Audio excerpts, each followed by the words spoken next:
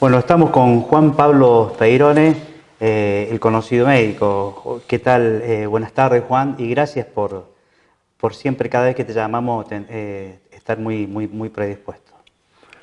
Gracias, Botito, por invitarme. Gracias por darme la oportunidad de comunicarme con los vecinos de Río Tercero.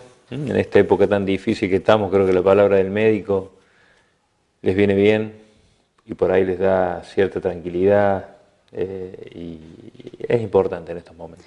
Seguro, sobre todo la cuarentena que es larga, los casos de coronavirus todavía no llegaron a Río Tercero, pero están muy cerquita, ¿no? En Córdoba, Hospital Italiano, Saldán. Digo, Juan, vos que cuidás permanentemente la vida de los ciudadanos, digo, es muy preocupante si en el caso de que llegase el coronavirus, ¿no? Mira, yo tengo un pensamiento avalado por haber hablado con amigos que compartieron la residencia conmigo de otros países, con el Osvaldo Pereira, socio mío de la clínica 25 de Mayo, con compañeros míos de Favaloro que están en Estados Unidos, con un compañero mío que está en Milán, en Gran Polo. Y tengo la sensación que las primeras medidas que se tomaron fueron las medidas del miedo, ¿no?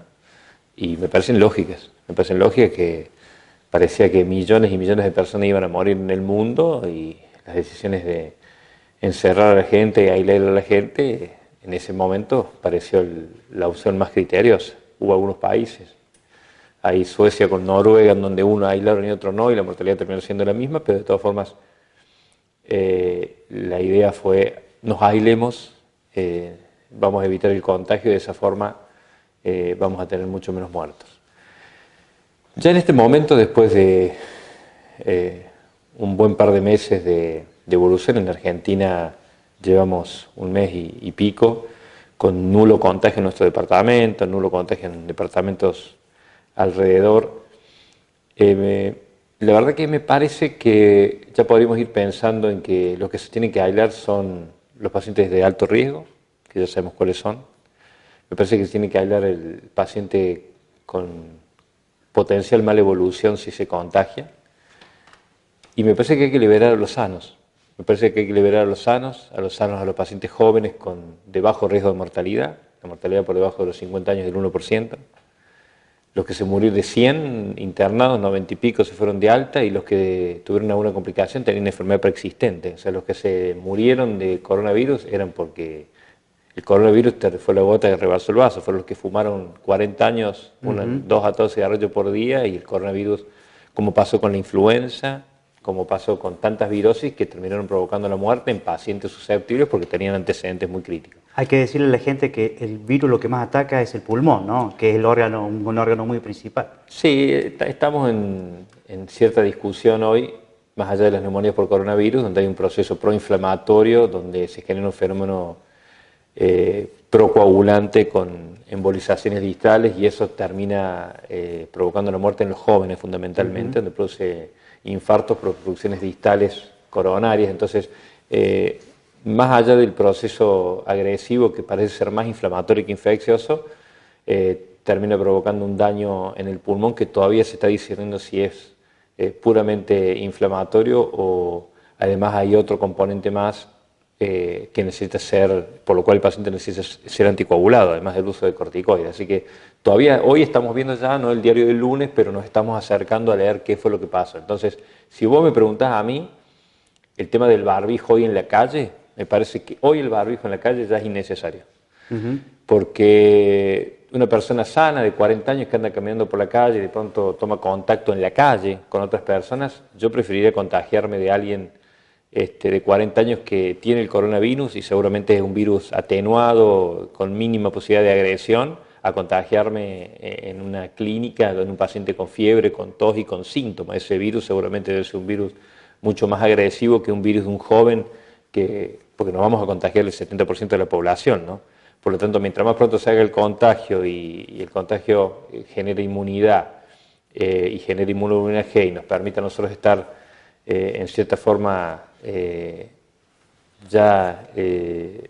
inmunes al probable desarrollo de las complicaciones de la infección, bienvenido sea. Así que sí, el barbijo en las situaciones de riesgo, sin ninguna duda en una clínica, en una terapia, en pacientes sintomáticos, ante las consultas por fiebre, el médico, el personal de sanidad que está atendiendo a las personas que consultan, pero el paciente sano, sin síntomas, menos de 50 años, que ande con un barbijo por la calle, me parece la verdad que en este momento no aporta mucho.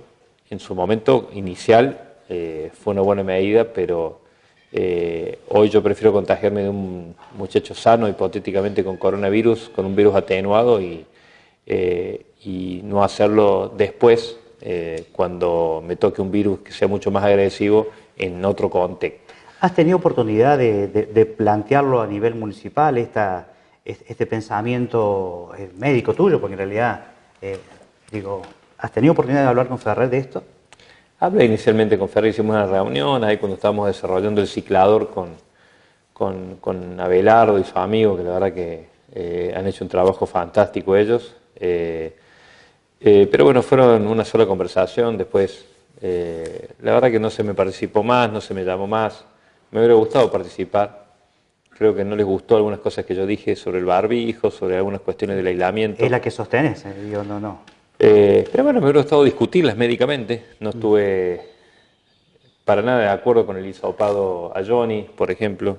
Para nada. Creo que ese hisopado fue un hisopado sin ningún sentido. Y si tenía algún sentido, cosa que desconozco, a lo mejor hay algo que puedo desconocer, lo que se tendría que haber hecho es haber aislado a la familia. Para eso se hizo. O sea, si hisopas un muerto es para hacer un diagnóstico y hasta que aparezca la PCR positiva, a tener a la familia o los contactos aislados. Tampoco se hizo eso. Johnny era un muchacho que tenía algunos problemas mentales, que lamentablemente falleció en el hospital. Se broncoaspiró después de una convulsión. Está bien. Y bueno, le hicieron el correspondiente hisopado. Ahí viene el reclamo de algunos miembros de la familia, ¿no? En ese sentido, Sí. que tampoco se los cuidó. El reclamo era que no se los había cuidado en esto de algún posible contagio de coronavirus. Sí, bueno, teníamos algunas diferencias. Yo era enemigo también de la publicación permanente de algunos medios que titulaban caso altamente sospechoso de coronavirus y estaban todo el día con eso. Y la verdad que me parece que eso lo único que hacía era alterar a la gente, la sensibilizaba aún más. Me parece que lo que había que hacer hasta no tener certeza era ni siquiera mencionarlos estos casos, porque era un hisopado en pacientes sintomáticos, porque no tenía ninguna certeza que podía ser un coronavirus. Tampoco estuve de acuerdo con eso que hicieron con esta mujer en la clínica modelo, la que vino de Italia, de haber hecho una exposición pública hasta en canales de Buenos Aires y todo.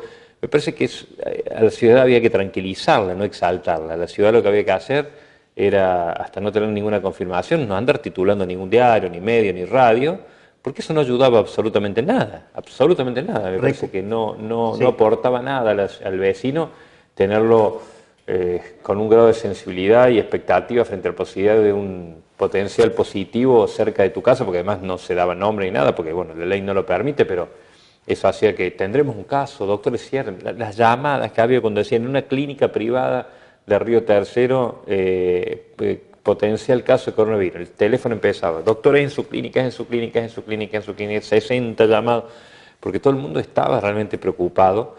Y bueno, a todos tenían que, no es acá, empezar a preguntar si era en otra clínica, cómo era la situación. Me parece que eso deberíamos haberlo evitado, no colaboró en nada para tranquilizar a la gente, al contrario, la exasperaba sin ningún sentido porque no aportaba nada.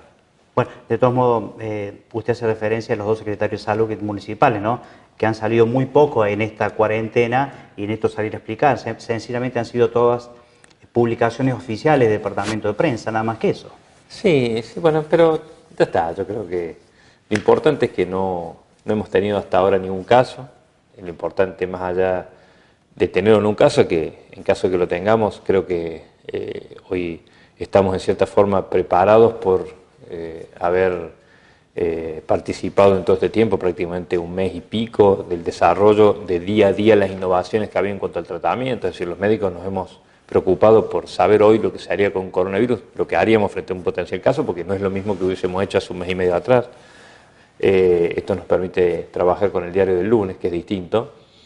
Pero Pero bueno, lo importante es no haber tenido ningún caso, pero sobre todo no haber tenido muchos casos, porque teníamos poca disponibilidad de respiradores en Río Tercero, tenemos poca en relación a la zona de influencia que hay en la ciudad, no solo Río Tercero, sino en todo lo que significa esta ciudad para la zona, y eso nos hubiera dificultado, porque yo creo que la posibilidad de derivación iba a ser nula, eso de que podemos derivar a otros lugares iba a ser muy difícil. Yo lo he hablado con los médicos de Córdoba, el hospital, a mí me llamaban del hospital privado y me mandaron pacientes del hospital privado con otras patologías para tener el privado libre, y los atendí aquí en Río Tercero y los tratamos en mi clínica para evitar tener camas ocupadas. Es decir, las mismas instituciones privadas de Córdoba trataban de no recibir pacientes del interior para tener mayores chances de recibir posibles coronavirus. Bueno, si te parece, vamos a una pausa y después entramos en el mundo de la política, ¿no? ¿Cómo no?